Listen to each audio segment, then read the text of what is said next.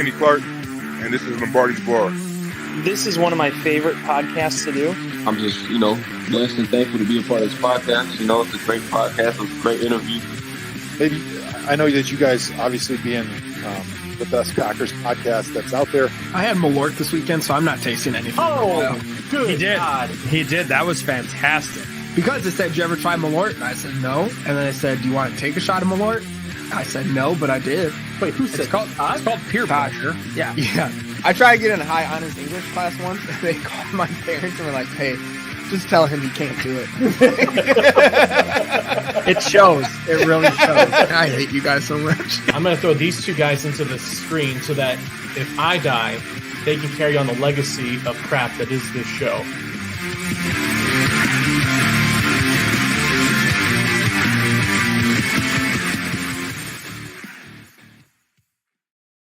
Welcome in, Green Bay Packer fans, to another edition of Lombardi's Bar. Thank you so much for joining us on this Wednesday here on the Game On Wisconsin YouTube channel.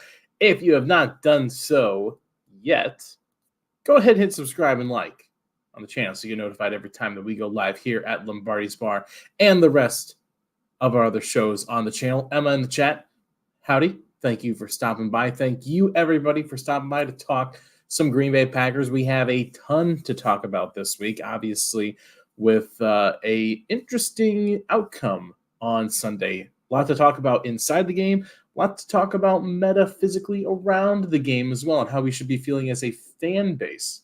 So plenty to discuss on a inside emotional level, on a football rules, and maybe even a little geometry level as well here on the bar. Let's dive into it. Let's get these two into the chat so they can talk with us. It's Jimmy Christensen and Todd Barney. Boys, how you doing? Oh, even better now that What's I up, found out I got to learn math tonight. Thanks. Looking forward to that. Well, the NFL hasn't learned math. The NFL hasn't learned, or the NFL referees, I should say, haven't learned basic math, geometry, what have you. We will get into that plenty today, I'm sure. But you won't have to do any math. Don't worry, Todd. Don't worry. Okay. I might actually pay attention then. I won't. You're full of shit, dude. You're not paying attention. Danny in the chat, hello. I don't know if what is this? What is this? What it is, ho? What's up? Oh, Like okay. Yeah. I didn't feel comfortable. I didn't feel it was my place to say those words. She's talking to you I'm specifically, Dan, because out of the three of us, you a hoe. I am the biggest hoe out of these three faux show. He is a hoe. Katie in the chat, hello. Iowa Joe stopping by, thank you. I'll just start. How did everybody? And this goes out to the chat, to everybody. I want to hear everyone's feelings about this. How are we feeling about Sunday's game? Because I recorded some Pack-A-Day stuff today, and we kind of put the note on it that this is maybe the best I've felt after a Packer loss in some time. Like, definitely this year. I can't say I felt this way after any loss last year. So it's been a while since I felt this good after a loss. How do you guys feel?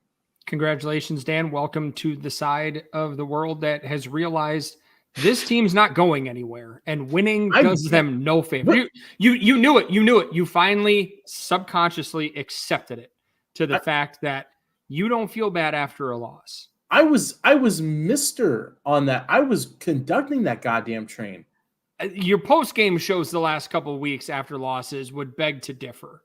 Well, you can still be like a little. You can understand losing the helps heat of the team. moment. They understand, that you're I'm just yelling saying. about. I'm just saying, if this is the best game. you felt after a loss, then yeah, welcome over. It's fine.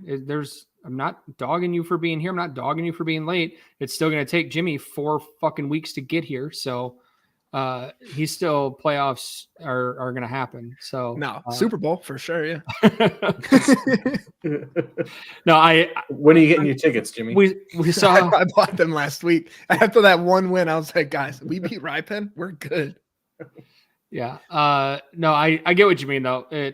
we saw some good things out of Love. Like it's there. We saw enough bad out of the defense to keep Joe Barry getting fired, narrative moving forward.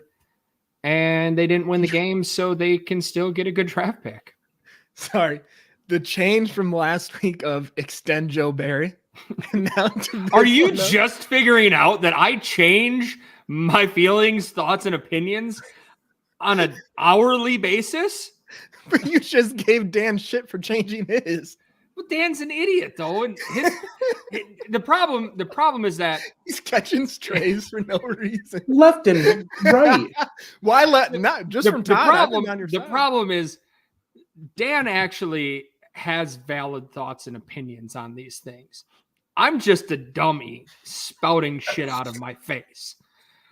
That's the difference. It's part of my shtick is to switch it up. Dan wholeheartedly dives in on this. See, the problem with that, which felt like a compliment, You're welcome. but it's really hard to accept because you don't speak words. You're just- If you're gonna teach There's me geometry, sounds- I'm gonna teach you gaslighting. you just have sounds to get to the next take and the next lie, and so I'm like, Well, is this part of that? Is this another lie? Am I being gaslit? I don't even know most of the time. I have no idea. If it's with Todd, you're probably being gaslit for sure. I feel like a 1950s housewife that just is living in some sort of weird reality, and my husband comes home and I have to, I don't know. I'm getting yelled at about the roast that's overcooked, but then I don't know. It just, I feel very lost emotionally. Let's go to buy around. I don't know where to take it from there. Let's go to buy around. Let's jump into this game. Because yeah, there's plenty about the game itself to talk about, and then everything that we feel around it and how we feel moving forward. Yeah, it did get away from me, Joe, for a second. Mostly because I understood where I kind of wanted to take the analogy. And where then you I realize it's not the 1950s and you can't say a lot of those things. Yeah. Mm-hmm. Yeah. Yeah. UJ Sixers, at least you're starting to learn. Yeah. Yeah, I learned that unlike Todd, I need to be careful about the words that I select and speak out loud because I keep a track record of where I'm going. Okay. Buy around. Jimmy, why don't you you and your loud ass heater kick us off? Who are you gonna buy around for? Can you guys hear it in the background? I can't hear anything. Okay. Vague. But it might be because my heater is on and I'm hearing that instead. Okay, cool. Because I always tell myself to turn it off, but it was cold as shit in here. So I was like, Jimmy, you can stay warm. It's fine. oh, thanks, man. I appreciate it. My buy around is going to be for Zach Tom. Went up against TJ Watt a lot, and he had a couple penalties against him, but that's what you're going to expect going against one of the top 3 edge rushers in the NFL. He had a solid game. Our offensive line obviously isn't the best part of our team this year, but he's proven himself to be. You sure? I don't know. Ask me next week. I might change my mind. He's proven. I know himself Dan to will agree with you, especially that Elton Jenkins character. What a disaster he's been this year, huh? I was about to say those two are in contention for best on the team, but it's not hard to be that when you're competing with John Runyon Jr., Josh Myers, and Rasheed Walker. So just having those two as anchors for the future is going to be good. Like I tweeted out on Sunday, one of the biggest takeaways is he's going to earn himself a pretty nice contract, whether it's with the Packers or whether it's with another team. But he's going to be one of the top guys at the right tackle position, I think, in a couple of years. Yeah, and if everything works out the way it probably will this year, and the Packers are picking top 5, it'll be nice to pair Zach Tom with a first round top 5 draft pick that's a left tackle. So that'll be nice. It'll be Zach Tom and whoever we draft at number 4 this year, because it won't be That's what Marvin we're- Harrison Jr. And it I'll won't say be. that's what we're doing, right? We're doing tackle. It's definitely going to be a tackle this year. I've started now at this point. Now that we're officially in the mode of playoffs are not happening. Let's look to the draft. Let's look and see what's the best possible outcome draft wise. And everyone's starting to put out like these early mock drafts. And I Talk just about know a waste of fucking time. No offense I to them. just That's know, what you like to it's do. going to be a tackle. It's going to be a fucking tackle. I know it is.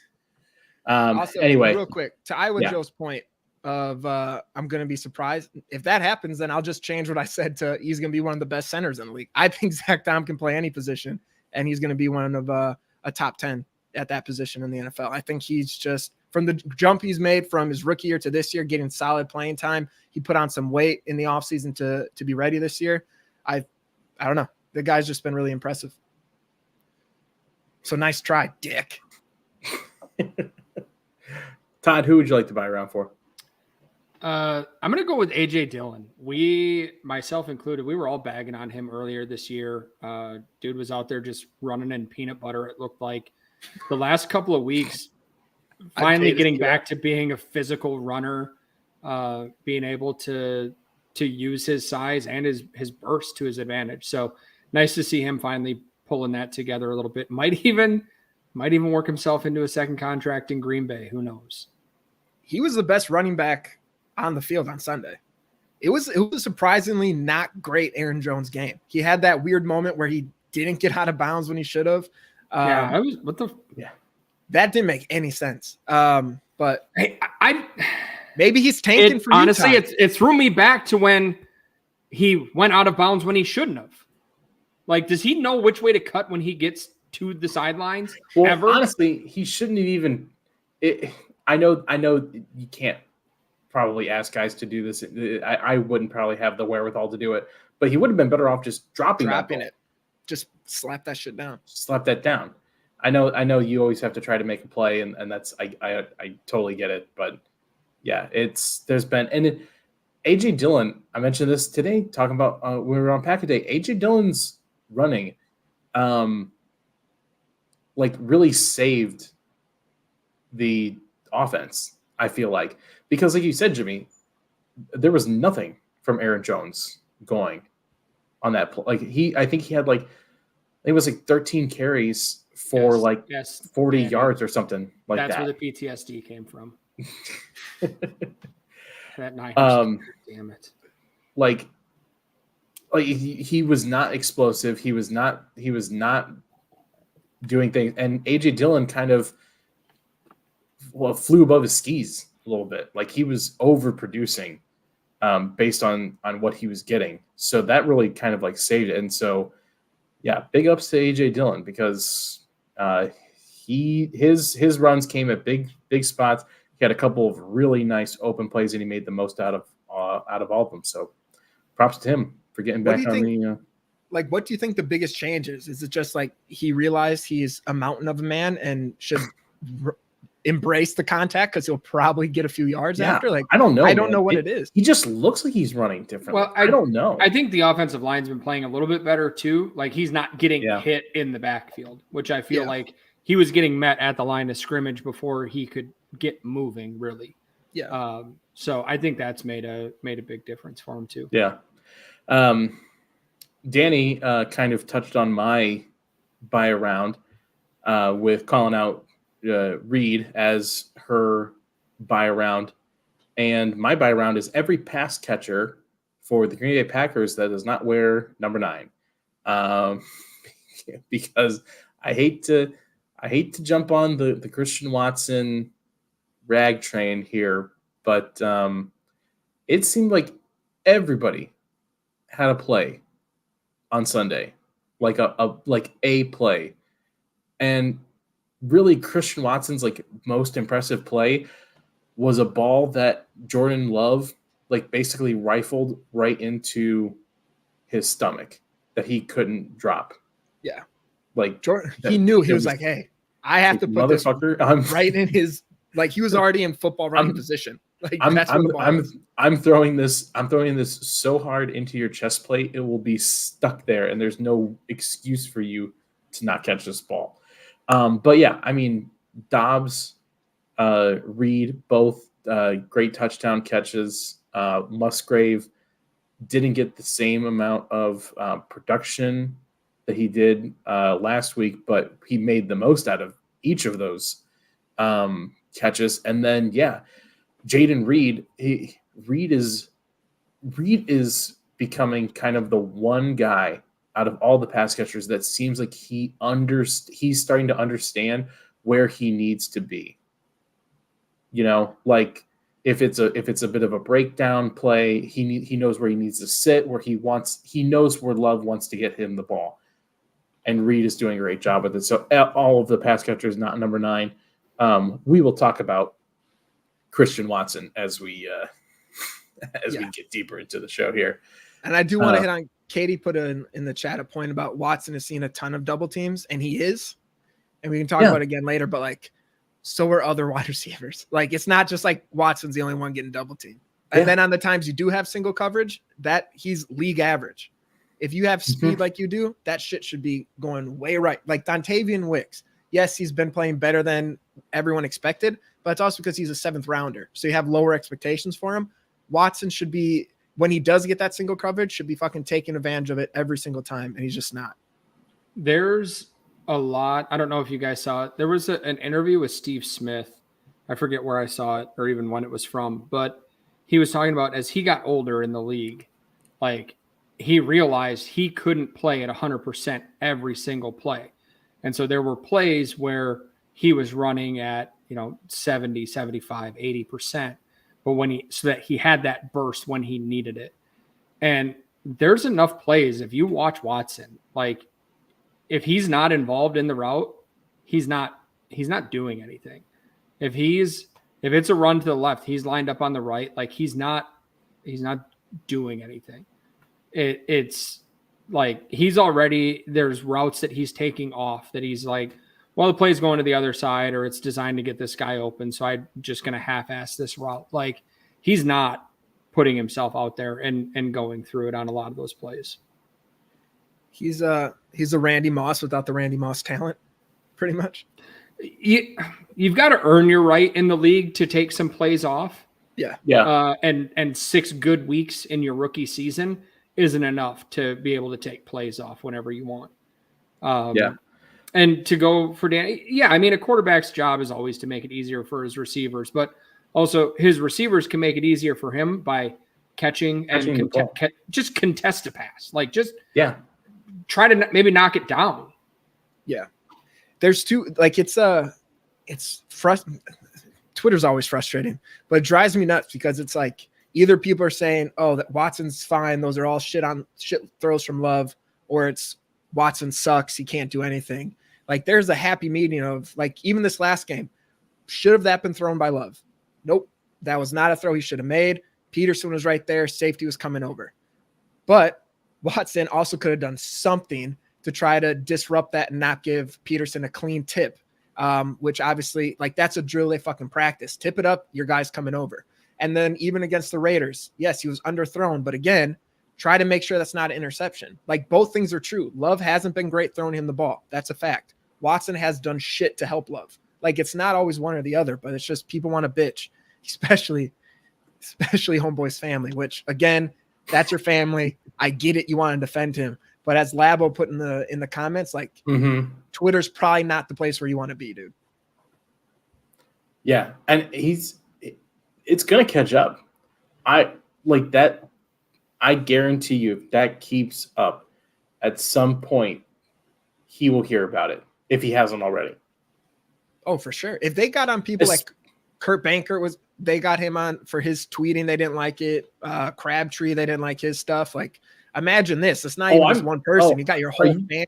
Are you talking about the organization? Oh, yeah. Sorry. I thought that's what you're saying. It's going to be like, they're going to tell Watson, be like, hey, tell your family to chill the fuck out.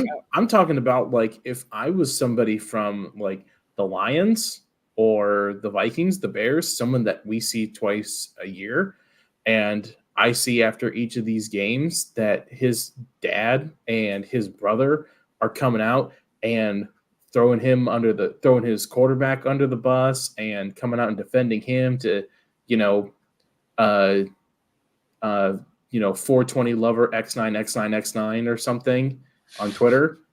I'm going up. I'm going every time I'm lined up Jimmy's against brother? him. Yeah, That's one of mine. It's going to be now. I'm using that to get in his head. And at a certain, there's been how many times we saw who was the guy for the Dolphins that his wife was coming out against the organization, and that got shut down pretty damn quick a couple years ago. It's a certain point, man. If your production outweighs the whatever the noise or the buzz that's coming around you, you're worth it. But so far, you haven't outlived the noise that's around you yet. Yeah, I guess we can parlay this into my pay the tab. Right when I brought it up, I was like, shit, I forgot. Yeah, no, good job, guys. Thank you. Appreciate it. Yeah, my pay the tab this week is the Watson family. If you're that soft that you have to get online and defend whoever it is, against fans and coming after Andy Herman and saying you don't know anything about football and then being like, when did I say you don't know anything about football? Oh, right here. At that point, you just go, you know what? It's time for me to get off Twitter. It's time for me to stop being on here. You're dealing with irrational, emotional fans for the most part. If you want to come on Twitter and argue with them and you think it's going to help Christian's cause, it's not. It's doing him no favor. Because Dan, like you said, other guys in the league are going to be like, oh, I better not come at you too hard here. Your dad might tweet at me this week, huh? It's not a good look. It's garbage. It's awful. It's sad. It's pathetic. It's every word you can think of. It's all of that. You can't even explain anything to them logically too. People even saying you guys probably should stay off Twitter. They take that personally of oh, what? I need to be off Twitter. Guys, calm down. Right. It's for your own health. If this is riling you up this much, I'm sure people said shit in college, but now you're in the pros. Fans are fucking crazy. You have fans crying after every game. Big B's sick to his stomach after every game. People are crazy. And to be fair, let's look at the number of North Dakota State fans versus the number of Packer fans. And we also have to realize that 2/3 of NDSU fans don't have the internet, let alone Twitter. So one day North Dakota is going to get internet. Fucking strays today. They're waiting for electricity still. Well, no, they've got that mostly plumbed through there now, but they're getting all the press conferences in through Telegraph. Matt LaFleur, stop. What do you know about football? Stop. 2 down linemen, stop. That would be Rashawn Gary, stop. That would be the fucking best telegram to read. Yeah, just the NFL. Any major sport like this, anyone that gets notoriety, good, bad, whatever, is getting that used against them by players, by fans. Hey, sorry to bring this up. The one I think about right now is there is not an NFL player being talked about on a daily basis more than Travis Kelce. You don't think he's getting shit about that every single play? The difference is, A, he doesn't have his family out on Twitter defending him against no names, and 2, he backs his shit up. Say whatever you want about him. I don't think he does, because any person out there is smart enough to know that if you get on Travis's bad side, all he has to do is say that on his podcast. Oh, this cornerback talks shit about me and Taylor. Swifties on him like that. Dude's done. They'll be doxxed. No one's talking shit to Travis Kelce on the field about this. That's not happening. Could you imagine if Eli Apple's Travis, you going to be around this week, or you got to go play with your little girlfriend? My little girlfriend, who's the most famous person on the planet, in the universe. Yeah, sorry, I might go do that. Also, we're going to kick your ass here, and I'm probably getting another ring this year. She is not the most famous person in the universe. Ever heard of Kim Jong-un? Pretty popular. What the fuck? I don't know. I was gonna say Putin, but I was like, he's in too much shit right now. I shouldn't say that. Kim Jong-un is better. Your mind first went. Jimmy, if you were in a room, you had a gun with 2 bullets. Joe Barry twice. I can't believe that your mind said no. Putin is a step too far. Putin's in a war right now. Kim Jong-un's just threatening shit, playing soccer. Yeah, you're right.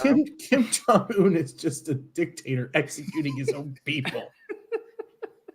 I ignored that for a moment. My bad. Okay, Dennis Rodman. Jimmy, would you like to have which international dictator would you like to have pay the tab? Let's go back to Putin for a second. No, I regret that. Not really, actually. I'm going to go with Romeo Dobbs. Again, great, absolutely fantastic in the red zone. You mentioned to Jaden Reed, like he seems like the one guy in the red zone he knows what he's doing. He knows how to create space, find the open field. That toe touch against the Steelers, fantastic. Just do that for the other 80 yards of the field, and that would be great. Like, you're doing fantastic in the red zone, but we got to see that has to be produced through the rest of the field. Like Katie put in the chat, Watson is seeing a lot of double teams. If he's doing anything well, it's getting a lot of attention because he's fast. Like, players have to capitalize on that.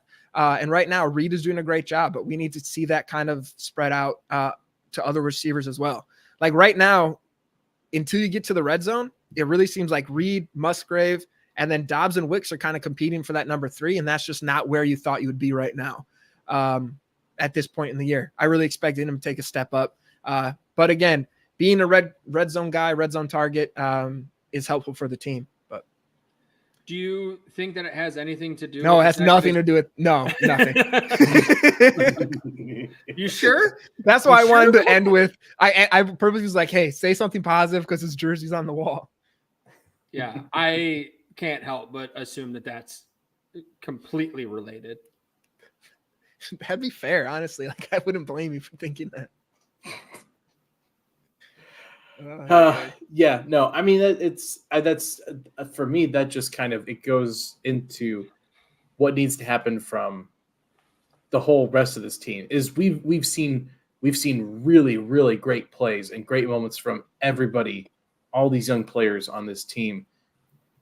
It needs to be a lot more consistent, and it's getting more consistent. We're seeing it the last 2 weeks. There's less drop passes. There's, it looks like players are running correct routes. Plays are meshing and working a little bit more, but it needs to happen consistently for it to work and for you to stick around as a player. I would like to have pay the tab this week. Every single rules analyst currently in employment by some sort of major broadcasting outlet. Even Dean Blandino, after you sucked him off last week? Especially Dean Blandino, but especially Gene Steratore. Look. Like how you just said especially for both of them. Mm-hmm. But especially Gene Steratore. I understand that refereeing and umpiring is a very difficult and thankless job. I've done it on incredibly, incredibly minuscule micro levels that don't even compare to anything that they do. And even I understand, like, okay, yeah, like this is tough for me. It's tough to watch a whole game and call things correctly all the time. But what we saw Sunday with that lateral play is not something that is, whoops, I guess I missed that holding call, or whoops, maybe he didn't grab the face mask. That's my bad. Or I can't really see if the ball crossed the plane and where did his momentum stop? No. Gang, we play football, our sport of football, on a fucking grid. There are lines of demarcation from start to finish. If you can't watch that and tell me the ball started at this spot and ended up at this spot and say it went fucking backwards, or not even, it didn't go forward, what are we doing? It's not a question thing. It's, did the ball go forward or not? Like I said on the post, I don't know. Sarator said that it did. So as we learned from you last week, whatever the network's analyst says goes, right? Because Blandino said that. I'm blowing by your comments here, Todd. Gene Sarator. And the fact that he came out on Twitter and doubled down on it, and his whole thing was basically, look at these pictures. It's pretty close, right? Motherfucker, I don't care how close it is. It is geometry. If X equal or greater than 0, fucking lateral. There's no question. It's a yes/no answer. There's no, it was close, right? No, they fucked up. And I take it a step further here. Oh, please. Matt, give me 1 second here. Patricia? The Premier League and all of soccer, worldwide soccer, has the technology.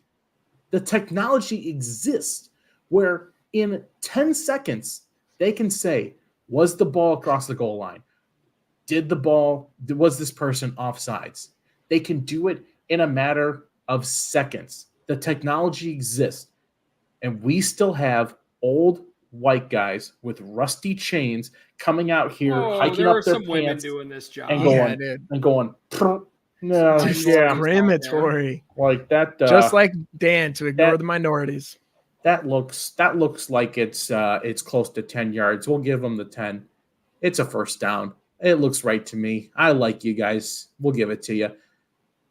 It's infuriating to see a call like that missed. And Wes Hodkowitz made a great point today on Packers Unscripted. There's no accountability, and the faith in this officiating for the NFL is at an all-time low. Dan, I feel like you're about ready to storm the league offices. Motherfucker, test me. I will do it. He's going on QAnon right now. It's always irritated me that like football is a game of inches, yet we rely on a play that happens on the sideline. A guy grabs the ball and goes, it was about here when he stepped out. And then you've got a guy standing at the nearest hash setting a football down, going like, about, you think about here? Right about, it looks good. Let's get it set up and let's run. Like, well, again, the technology exists to get it right. Why would you not embrace that technology to get it right? There are certain things that are traditional that are part of sports that you go with. You know, one thing that's a tradition that you can get rid of and make sports better? The human fucking error. Like, you have the ability to eliminate that. Same thing with baseball. Why I've always been pro automated strike zone, robot umpires. You shouldn't make the best players in the world guess what's a strike that day. Let them go up there and know what a strike is and hit the ball. And the same thing here. You shouldn't make the players have to guess whether or not the ball was across the goal line or the ball was passed backwards. Either way, it's garbage, and they need to embrace that. I think they try their best, and we should all just loosen up. Jimmy, shut the fuck up. I know. Trying their best would be using every resource at their disposal to make the correct call. Hey, And AI is going to take all our jobs. Let them have it while they can. It's fine. All right, guys. How are we feeling about this Sunday? not against the good, Chargers? Dan. Not good? Yeah, me either. How Me the either. fuck do you think? let's break it down. This is not. This is I know. not a bar Hold bet. on. I know we talked about this before, but I just looked at the sheet and saw the question. can't take the Broncos lightly. Lightly. I saw that before the show too. I was like, let's just leave it. That will remain in the show notes All in season. perpetuity. Can't take the Broncos lightly. Nope. Guess what they did? How do we feel about the Chargers, Fucked around guys? and took Who the just put up Broncos lightly. 38 on the Lions? Can't take them lightly. Can't take them lightly. Statement still Nope. stands. Yeah. Dude, Austin Eckler is gonna go for 200 yards by himself. He's gonna kill us. I mean, my fantasy teams will be happy, Oh, I know. That's why I'm saying it. I'm kind of hoping it happens. but If we gave up 200, Najee Harris, people were talking about how he should be benched for Warren earlier in the Yeah. season. He comes and plays us, and he looks like he did a couple years ago. Like he looks like it just rejuvenated him. Like if your career is struggling, just be on a team that's playing the Packers that week as a running back, and you will be right back at the top of the league. Fucking embarrassing. yeah.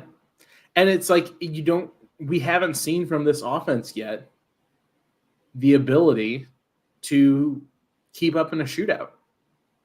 So it's not as if they can say like, well, our defense is dog shit right now, and Austin Eckler is going to destroy us. But at least we can probably go toe to toe with them. I don't know why you go toe to toe with them.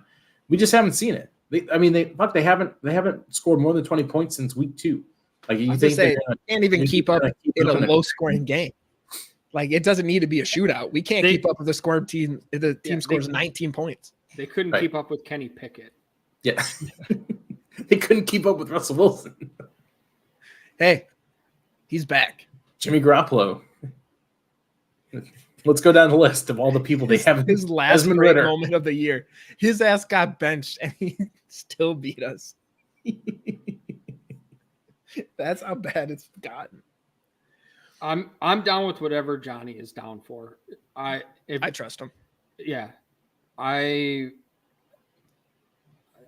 I'm whatever Johnny's doing, I'm in. If it's No- got the no Johnny questions. seal of approval. Yep. All right, so Keenan Allen just went for like 172 yards or whatever he did last week. How many yards does he go? Over. Like if it is Valentine and Ballantyne back there, how many yards does he go for?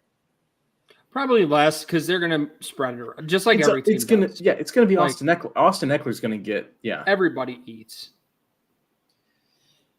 I don't know. If he's hot though, he's coming. You know off what's that- going to happen? You know what's going to happen now because we're all talking like this. It's going to end up being a shitty day at Lambeau, like weather-wise, and it's going to turn into a mud bowl, and it's probably going to end up like 14-12, and the Packers actually have a chance to sneak out a win and like. And they better not. Yeah, knock it off. Carlson missed that field goal.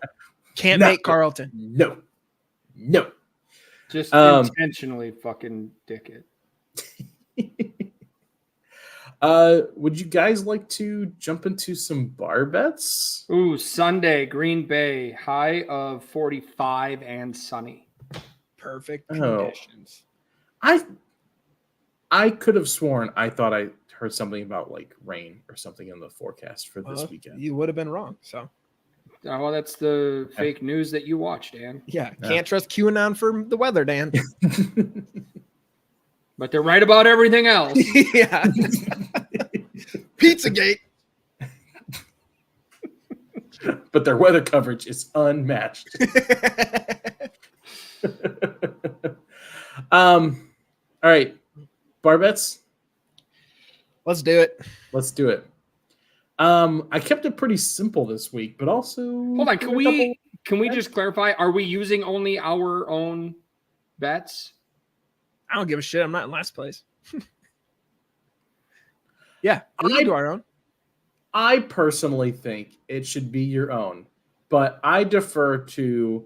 I never agreed. I never agreed to let Matt torpedo me. I put myself at the mercy of the judgment of our adoring fans. So 3 people. What do we? Nah, I say just fuck it. Let's one just do of our them own. is Matt. Cool. I'm beating the shit out of you guys then. Can't wait to tank this. Yeah. As Matt said in the group chat, like betting 5 every time, I can drop real quick. Yeah, let's just do our own. We're all golden. Okay. Sorry, Ummer. It's Ummer. hunting season. I had to wear my orange bush shirt. But does the logo have to be that color blue? Talk the From- function bush. It's light. the only blue that they had available at the gas station print shop that Jimmy got that at. First of all, not a gas station. The mug. You know the mug, and I don't think you'd ever want to disrespect them again. Jimmy, true. Did mug the is not a gas gas station, did the gas station you buy that from have a? First of all, we subset? just clarified it's not a fucking gas station, Dan. It's a fine establishment. What now is the ask your mug? question. What The is mug the is a beautiful restaurant / bar right by the trestle that you can get beer and food at. I don't know. Yeah. grow It up, sounds like you are. It sounds like you're trying really hard to describe a fancy gas station without telling me it was a gas station. I'm going to It's tell not- you right now. They do not sell gas. I can verify. I have been there. It is a bar and restaurant. If you talk shit about the mug, I will make sure I every am not- photoshopped picture of you at the Capitol gets fucking sent to the FBI tomorrow. So Well, and I won't stop it. I told Kelsey that I won't personally tag the FBI I in anything. 1000% will. I didn't promise Kelsey shit. Are there tables for you to sit down? Yeah. Multiple. And it's High ones, low ones, baby not the right chairs, one. Ryan Day wasn't in it. whatever you want. You want to play pool? They got it. You want to play darts? There's a They more got it. updated version of that. So it's a Dave and Buster's.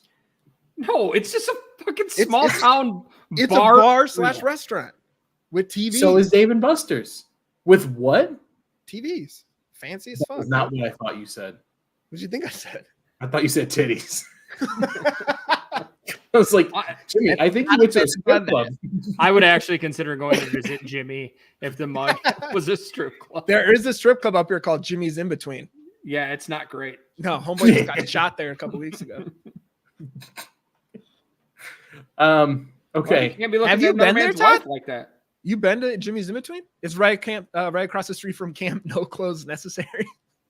Fuck you. That is not. I'm what not it even is kidding. called. Look it up right now. Camp NCN, Camp No Clothes Necessary, the world's biggest adult sexual playground. Welcome to fucking Maryland, Wisconsin. What a great part of the show. I mean, Dan's it beats family's- talking about the Packers. It really Dan's does. family next year is actually gonna instead of Are you tailgating talking Lambo, I'll go to Camp the NCN. clothing optional, sexual freedom, adult only campground? Is it called Camp No Clothes Necessary in Black River Falls? Then yes, I am. I have not found an address yet. I can tell you where it is. It's right across the street from Jimmy In Between on Highway 12. Go 2 miles down from I'm the very Night Supper concerned Club. because there's like no contact information for this place, and Yeah, I'm kind of worried it's a cult. Yeah, Camp NCN North. Okay, Yeah. that's the one I was looking at. Yeah, Okay. that's it. Okay. Well then, Yeah. over under 43 and a half points. This week. Yes or no? Will Todd be there this weekend? Yes. Oh, I'm not driving up that far. Over under 43 and a half points this week. I'm keeping it pretty simple with this one. This is Fine, straight. This is over. straight off of FanDuel. 5 over. Our defense is going to give up 30. Their defense isn't that good either. I think the Packers offense will put a few up. Yeah, I'm with Todd.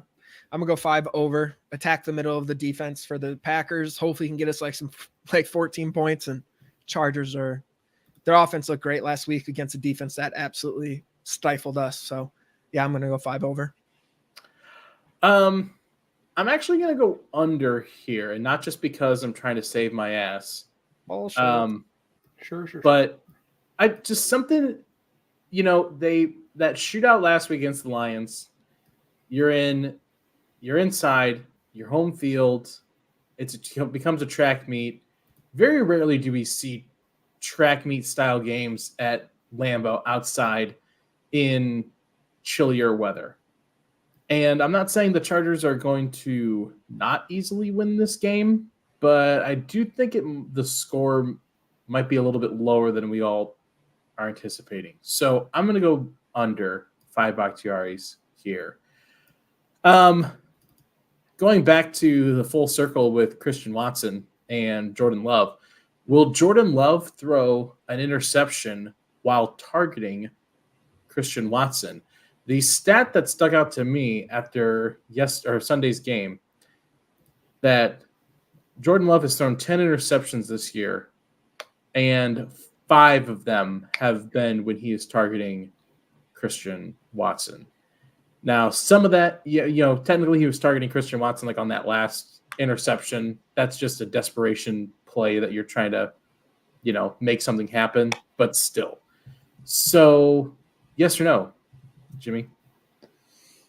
I'm going to go no. I think with all the hoopla this week, they'll try to scheme up some things for Watson.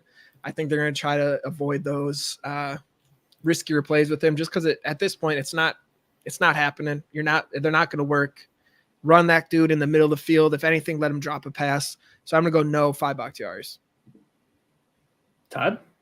5 Bakhtiaris, no. Let's try something different this week.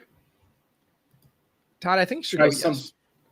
Try something different in terms of throw interceptions while targeting other people. So don't throw interceptions. Just we're going to try throwing interceptions. One step at a time, Dan. One step at a time. Baby steps. Yeah. Baby steps. Yeah, I'm also gonna. God damn it, Pat. That's it. Everyone's welcome. That's not Matt. That was me. Okay.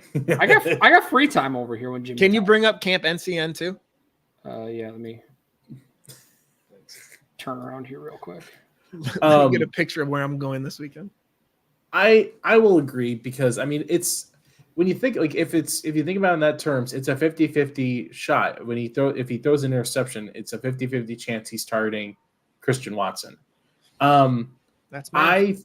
I think that this offense is going to run the ball a lot more this week. I think they're going to have a little bit more success with it this week against the Chargers, and I don't think they're going to they're not going to make Jordan Love throw the ball 40 times this week against Los Angeles. So I think that the chances of an interception go down, and then the chances of it being one to Christian Watson go down. So I'll say no. I'll say 5 Bakhtiaris as well. The last one here. This is going to be a fun one, I feel like. And I'm going to have to set my alarm to remember to check this before and make sure. Right now, the lowest ticket price on Ticketmaster for always check in at the office. If offended by nudity, please do not enter. Only people doing business here are welcome to enter. All others are trespassing. All others are trespassing. Can't trust.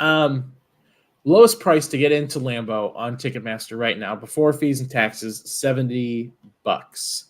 A point that Shanna brought up in the Pack a Day recording this week is that this is the only game the Packers are playing at home during deer season.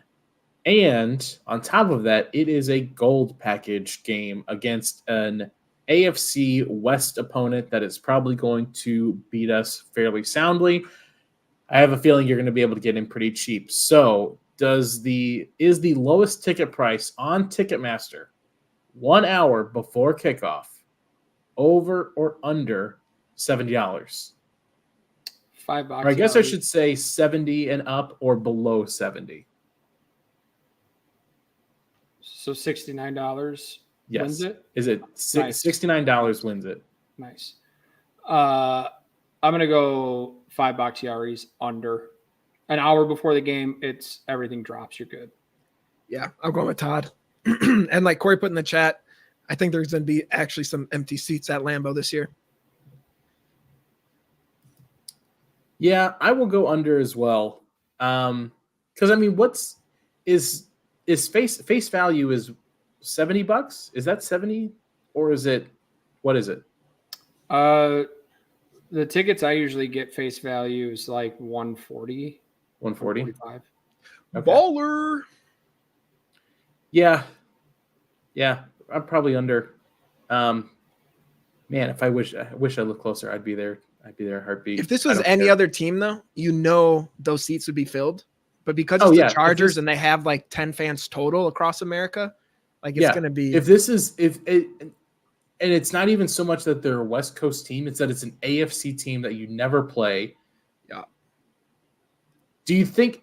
I want to ask this because, especially to Jimmy here in his fucking mug sweatshirt. Thank you. Is deer season, is that going to play a big role in this? I don't understand the culture as much. No, for sure. Yeah. It's if your options are to go hunting, which is something that you look forward to all year, or go watch the Packers play a shitty football game, probably just go sit in the deer stand. Yeah. And that's the thing is you get 2 weekends all year, 1 week really all year to be able to hunt. Like I have family who won't go to weddings during this time. Like if it's during this week, they're not doing shit. Like it's just hunting. So yeah.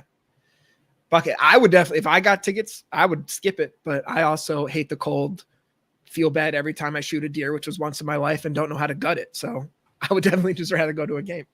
But you also you being somebody that has more of an opportunity to go to more games, right? Like if I had, do you know what my paychecks look like? I do not have more opportunities to go to games. I have a stay-at-home wife and 3 children. I don't get a chance to go to many games, dude. Fair enough. All right.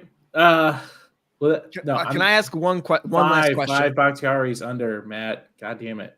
Said it already. Don't take that tone with him. Yeah, that's the one person aggressive you can't do graphic bullshit.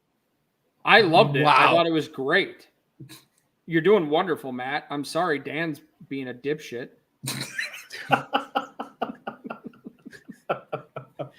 What do you guys think? That's the correct graphic, Matt. We can delete that other one. What do you guys think Bakhtiari's tweet yesterday? Remember November 8th, 2023. What if you had to guess, what does that tweet reference? I don't know. Maybe it was his biggest shit ever and he wants to remember it. Like, I don't fucking care at this point. He's legitimately out. Like, this is why. Aside For some from reason, like, every time somebody mentions the biggest shit ever, I think of the South Park Bono episode. Yeah, that's got to be it. It was Matt's birthday. Yeah, that's fair. That's probably what it was. Yeah. No, he's becoming an expert troller at this point. He's gotten a little too much time on his hands the last couple of years. I personally have enjoyed him. Part of me really wants him to start doing more vaccine stuff just to get you riled up and just so you get going. But I don't know. He cracks me up because it's something stupid. Like, I don't think it has anything to do with the Packers. No, I just think he knew it was going to get people talking. That's why I think people are going to speculate. And then the next time he does a media session, he's going to bitch. Shame on you guys for speculating on what my cryptic dating could have meant. Right.